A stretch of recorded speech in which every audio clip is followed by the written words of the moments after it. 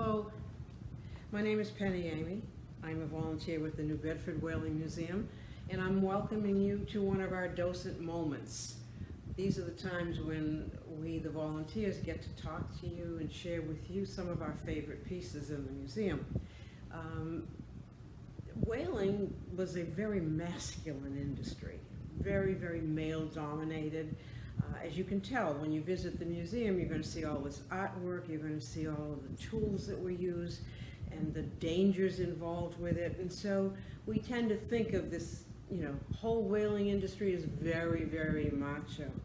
However, women made major contributions, and we should not forget that. So before we talk about some of the pieces that we have that relate to the feminine side, I want to point out to you a program that the Whaling Museum has called Lighting the Way.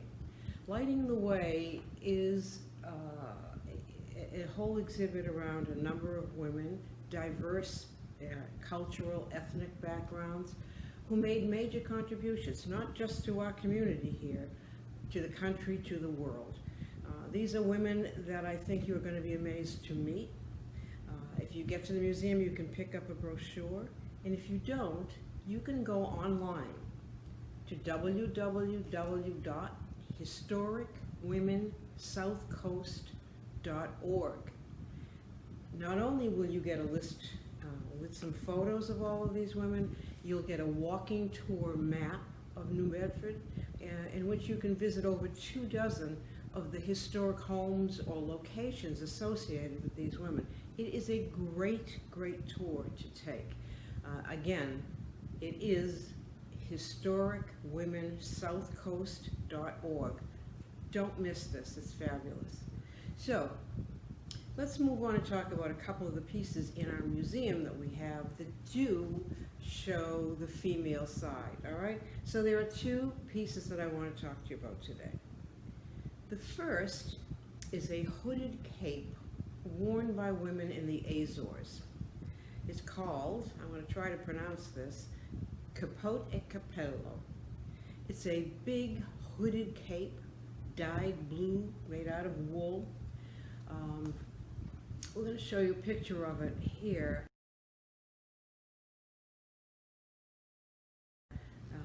Different stories about where did these originate and what were they for. And so the first story that I'll share with you is the earliest one that I heard. That story says, well, it was a Flemish cape. And when the Flemish settled in the Azores in the early, maybe 16th, 17th centuries, they brought it with them. And the whole cape piece, the whole hooded, the large hooded piece, was reinforced with whalebone. That's what gave it the shape of this particular hood. And so if the Flemish brought it over here, why? What was going on with that?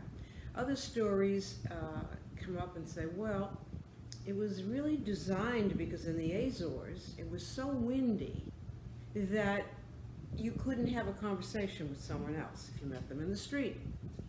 Now, picture these big hoods. You saw the picture. We get up to another big hood. We have some weather protection. We can have a conversation. Maybe. The average wind speed in the Azores is about 12 miles per hour, so I really don't see that story as being plausible. Not only that, if the winds were that strong, that huge hood would probably be a kite. We'd see something like the old TV series, The Flying Nun. So I'm not sure that that story is accurate. Here's a second story. When whaling boats pulled up after a 3 to 5 year whaling trip out, the men got off ship, got into port, and the first thing they would do is running around looking for women. So these capes were designed to protect the women. They hid almost all parts of their body, their head except for a little bit of the face, gave them privacy. That's a little more plausible. So that second one I like better than the wind story, but really when I think about it, I'm almost tempted to say it's purely economic, and here's why. Those capes were dyed this very rich blue color. using woad, W-O-A-D. This is a natural dye from a cabbage-like plant, not so commonly available, worth a lot of money. Actually, archaeologists have gone back and found traces of woad going back over 12,000 years ago. So woad was around a long time. And woad became one of the really important crops, if you will, of the Azores. They made a lot of money growing and selling woad. Could it be that those capes were advertising for their woad? Maybe. One of the things that backs that theory up is that late in the 1800s, closer to 1900, the turn of the century, synthetic indigo was first created. So it wasn't readily available. You couldn't use it for commercial purposes, but they had begun to develop a synthetic dye for this blue color. And it wasn't until the early 1900s that they were able to develop it fully, where we could now have it for commercial ventures and sell it. As that became more available, the demand for woad went down. And we see these capes kind of disappear around, I don't know, the latest might be 1930.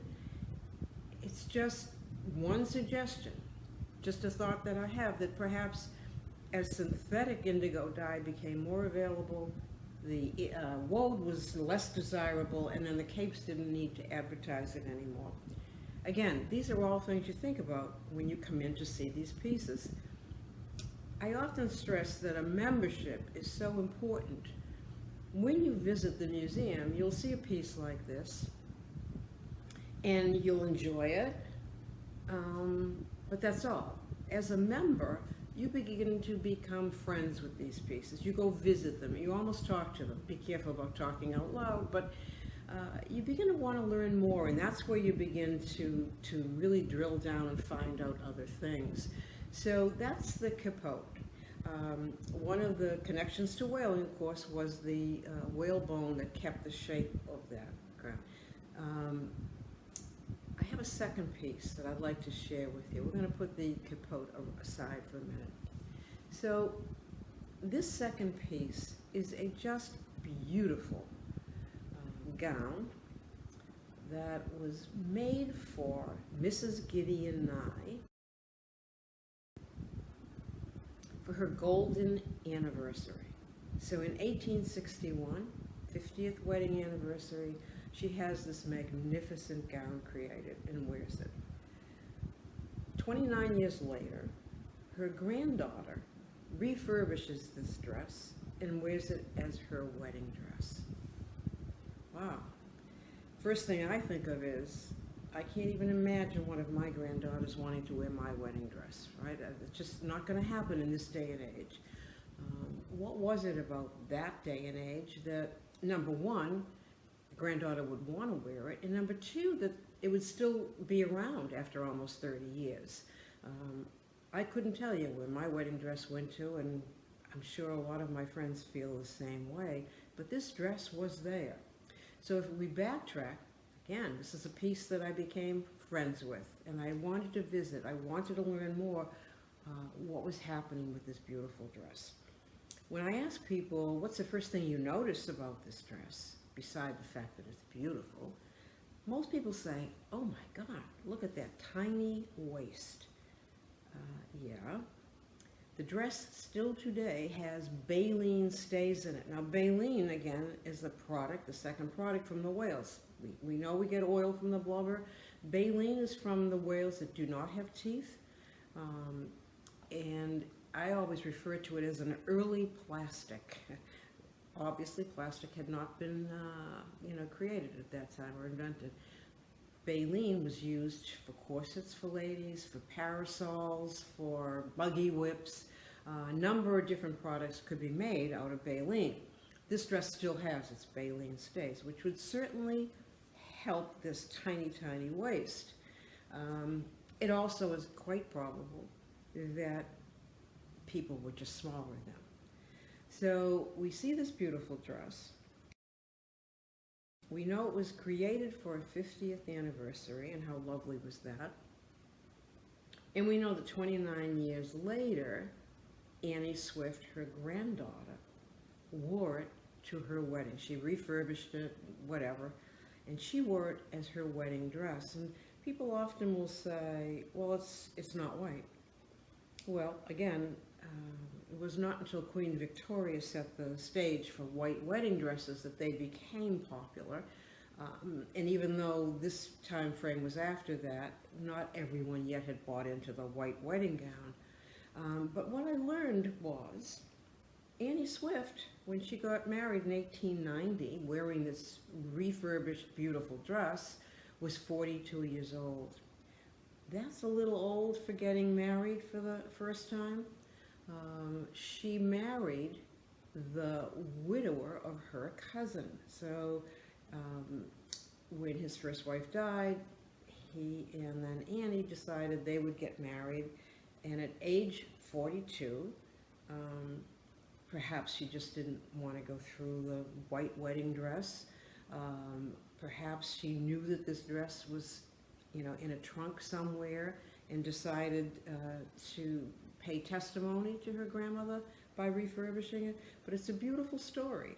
And when you look at the dress on the first go-round, you say, oh, that's beautiful, and you walk by. But remember, there's so much history behind all of these pieces.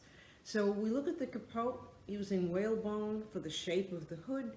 We look at this beautiful dress that has baleen holding in the midriff. And so, honestly, we have to think about the other side. It's not all male-dominated, the whaling industry. There are so many women's stories. I really, really urge you to download, either pick up the brochure at the museum or download it online, historicwomensouthcoast.org. You are going to learn so much about the women's side of this whole thing. So thanks for listening. Check back in and see what my friends and my colleagues are talking about, because we're all going to be talking about our favorite stories. Thanks again. Have a great day.